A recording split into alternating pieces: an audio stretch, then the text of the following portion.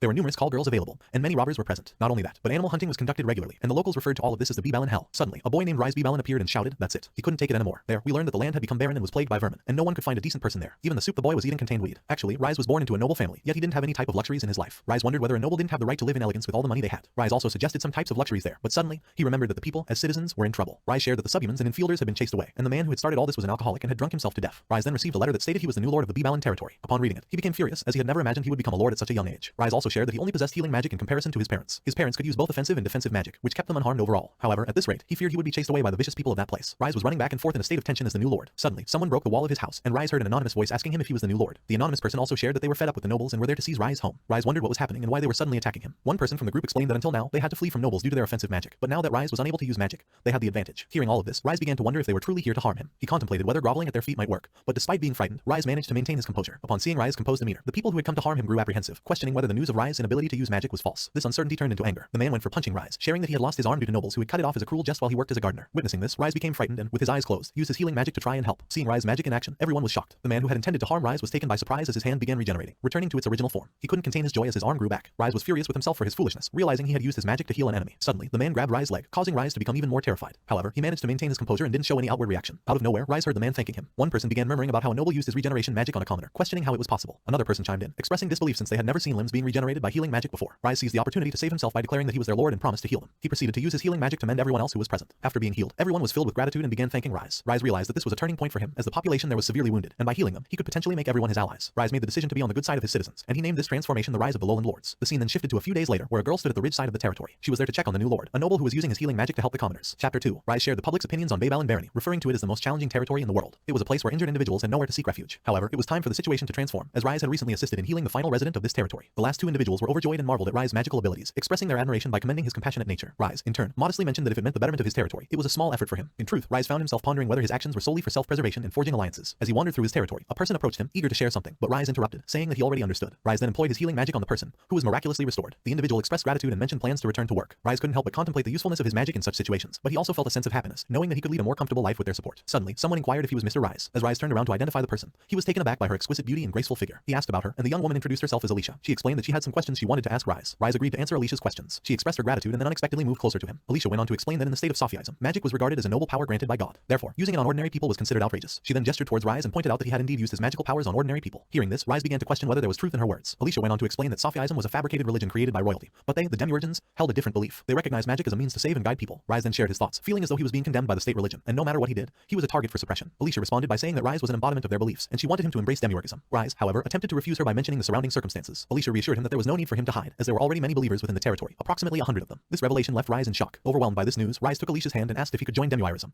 even if it meant starting at the lowest position. Alicia's face lit up with joy, and she promised to give him 2 seats at the top of the pyramid. In reality, Rise had only expressed his desire to make the territory a more secular place. He then informed Alicia about an old house on the outskirts of town, which she could use to establish a church. Upon hearing this, Alicia was captivated and shared that until now, they had been treated like outcasts by the nobles, but now, with Rise as their messiah, they felt chosen and empowered. Rise couldn't help but feel elated as everything seemed to be falling into place according to his plan. However, he was taken aback when he overheard Alicia instructing some individuals to come forward and salute him. To his surprise, a substantial number of people emerged from hiding, revealing their identities, and expressed their willingness to follow Alicia's command. Rise was slightly shocked to learn that Alicia was their leader. She reassured him that they would all be under his care. Chapter 3. The scene then shifted to some days later when Alicia conversed with others about how Rise genuine noble hated commoners, while the other nobles were nothing but unsavory and despicable individuals.